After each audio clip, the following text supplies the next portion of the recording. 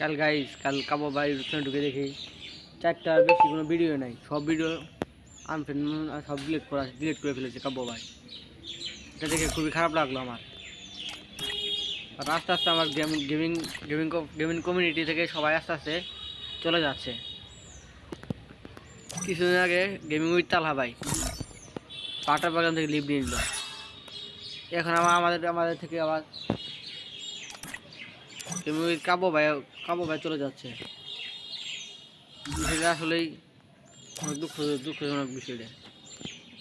আস্তে আস্তে আমার গেমিং গেমিং পার্টনার সবাই যদি লিভ নেয়, বড় বড় কন্টেন্ট ক্রিয়েটার যদি লিভ নেয়, তাহলে আমরা কী করবো? কাকে দেখে আমরা অনুপ্রেরণা নিব? শেষ কথা আমি একটা কথাই বলতে চাই,